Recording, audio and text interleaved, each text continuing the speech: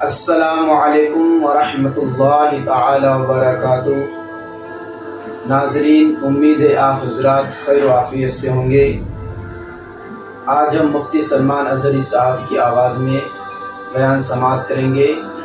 شروع کرنے سے پہلے آپ حضرات سے گزارش یہ ہے کہ اگر اس چینل پر نہیں ہیں تو اس چینل کو سبسکرائب کر دیجیے گا اور آگے زیادہ سے زیادہ شیئر کر دیجیے اور لائک کر دیجیے گا۔ چلیے ویڈیو کو شروع کرتے ہیں۔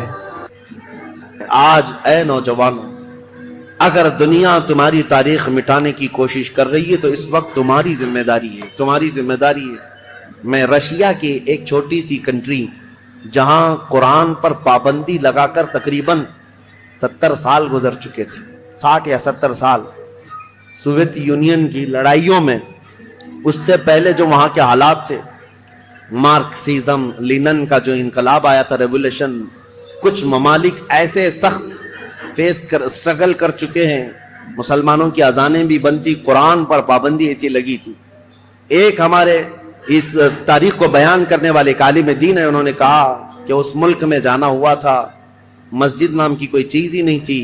ایک جگہ گئے بازار میں تو لوگوں سے معلوم کیا کہ آج جمعہ ہے، کہیں نماز ہے، تو دکان میں بیٹھا ہوا آدمی ہاتھ پکڑ کر لے گیا، ایک دروازہ کھولا، اس دروازے کے اندر دروازہ، اس کے بعد جانے کے بعد ایک کمرہ ہے، وہاں پر کچھ لوگ نماز پڑھ رہے ہیں۔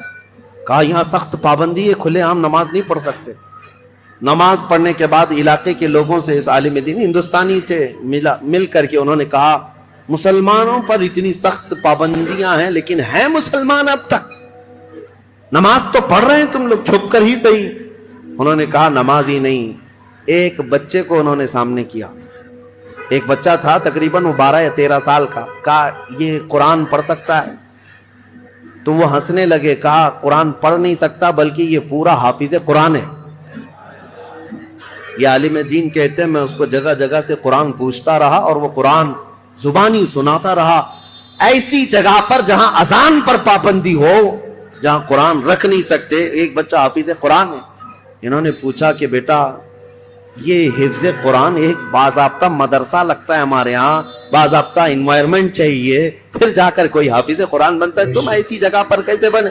وہ کہتا ہے بس میں اپنی دادی سے سن کر حافظ قرآن بنا، میری دادی حافظ قرآن ہے۔ میں یہ مثال صرف اس لیے دینا چاہتا ہوں، اسلام پر چاہے جیسے ہی سخت حالات آ جائیں، اسلامی سپاہیوں نے اپنے بچوں میں اسلام نسل کرنے کا جب بیڑا اٹھا لیا ہے، دنیا کی عظیم طاقتیں بھی اسلام کو کچھ نہ کر سکی۔ آج وہ ذمہ داری تمہیں اٹھانے کی ضرورت ہے۔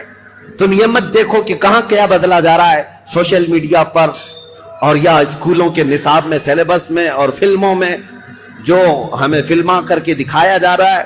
لوگ احتجاج کر کے بول رہے ہیں نا کہ اسلام پر ٹارگٹ ہے، ہزار کرنے دو انہیں۔ یہ آج سول کوڈ کی بات لے کر کے مسلمانوں کے قوانین بدلنے، یہ سب حالات آئیں گے، سخت ترین حالات آئیں گے۔ ظالموں کو تو اپنا ظلم دکھانا ہی ہے، لیکن اے غیور نوجوانوں، تمہاری ذمہ داری ہے، تم اپنے کندھوں پر یہ بیڑا اٹھا لو۔ ہم دنیا کے درپردہ یا دنیا کے بھروسے پر اپنے بچوں کو نہیں رکھیں گے، ہم اپنے تاریخ کی سچائیاں اپنے بچوں میں منتقل کرتے جائیں گے۔ یہ گڈی گڑیا کی کہانیاں سنانا چھوڑ دو، اپنے بچوں کو لو، رات میں بیٹھ کر میرے آقا کی اور صحابہ اکرام کے ایمان افروز واقعات سناؤ، پھر ہمیں کچھ فرق نہیں پڑتا کہ ظالم